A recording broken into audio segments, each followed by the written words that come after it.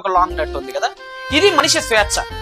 దీన్నేమో మానవుడు అనుకుందాం, రైట్? ఇదేమో స్వేచ్ఛ, ఇదేమో మానవుడు. ఈ మానవుడు ఈ స్వేచ్ఛను కనుక పూర్తిగా ఉపయోగించుకుంటూ పోతే పడిపోతాడు.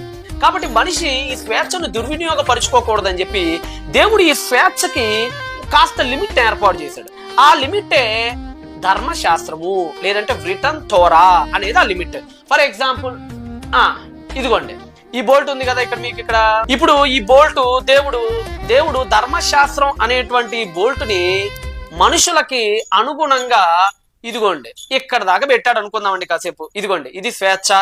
అరే మీరు ఇది లిమిట్ రా, ఈ లిమిట్ క్రాస్ అయ్యి మీరు రాకూడదురా, క్రాస్ అయితే పడిపోతారా. కాబట్టి లిమిట్ దేవుడు ఇక్కడ సెట్ చేశాడు. కాబట్టి మానవుడు ఎటు పాపం చేయడానికి వీలు లేకుండా దేవుడు ధర్మశాస్త్రాన్ని ఏర్పాటు చేశాడు. అలా చెప్తున్నాను. ఈ మొత్తం నట్ అనేది స్వేచ్ఛ అనుకోండి, ఈ మధ్యలో ఉన్న వాచర్ ని మనిషి అనుకోండి, ఈ బోల్ట్ ని తోరా ధర్మశాస్త్రం అనుకోండి. ఈ తోరా ఏదైతే ఉందో, ఈ తోరా ఏం చేస్తుందంటే మానవుడు తన స్వేచ్ఛను పూర్తిగా వినియోగించుకోనకుండా, తద్వారా ప్రమాదంలో పడకుండా వీడిని ఎప్పటికప్పుడు కాపుగాస్తూ ఉంటుంది ఈ తోరా. కాబట్టి మానవుడు ప్రమాదంలో చిక్కుకోకుండా ఉంటున్నాడు. అయితే ఒకానొక క్రమంలో బబులోడు చెరప్పుడు ఈ మానవ జాతి అనబడి యువత జాతి దీన్ని క్రాస్ చేసి కూడా యువతల వైపుకి వెళ్ళిపోయింది. యువతల వైపుకి ఇదిగో ఇలా వచ్చేసింది. ఇలా రావటం ద్వారా మనిషి విపరీతంగా పాపానికి బానిసైపోయాడు. అందుకని దేవుడు ఈ యువత జాతి అనబడేటువంటి మానవుల్ని బబులోని చెరకు పంపించాడు.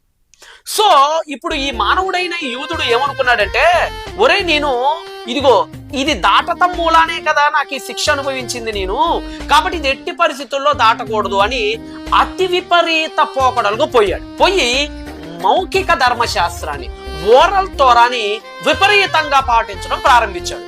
ఇది సరిపోదన్నట్టుగా ముఖ్యంగా దీని విశ్రాంతి దినంతో పోల్చుకుంటూ, ఇదిగో ఈ విశ్రాంతి దినాన్ని దాటటమే మహాపాపం, ఇది దాటతం మూలానే మేమందరం బబులోని చెరకెళ్ళిపోయామని చెప్పేసి ఈ ఉన్న ధర్మశాస్త్రాన్ని సరిపోదన్నట్టుగా వీళ్ళు ఇంకొక ధర్మశాస్త్రాన్ని క్రియేట్ చేస్తున్నారు. దాన్నే ఓరల్ తోరా అని పిలుస్తారు. ఇప్పుడు దాన్ని మనం ఎలా పోల్చొచ్చో మీకు చెప్తాను. ఇదిగోండి ఈ ధర్మశాస్త్రం అని పిలువబడేటువంటి ఈ రిటర్న్ తోరా సరిపోక, అమ్మో మళ్ళా ఎక్కడ ఏ చెరకపోతామని చెప్పి ఈ ఓరల్ తోరాని క్రియేట్ చేస్తున్నాడు. ఇదిగోండి ఇక్కడ మీరు చూస్తున్నారే, ఈ రిటర్న్ తోరాకి ఈ మానవుడికి మధ్యలో ఈ ఓరల్ తోరా వచ్చి పడింది. ఇప్పుడు ఈ ఓరల్ తోరాని ఎంత టైట్ చేశారంటే, దేవుడు మమ్మల్ని సరిగ్గా పాటించకపోవటాన్ని బట్టే మాకు అనర్థాలను వస్తున్నాయని ఓరల్ తోరాని చాలా టైట్ చేశారు.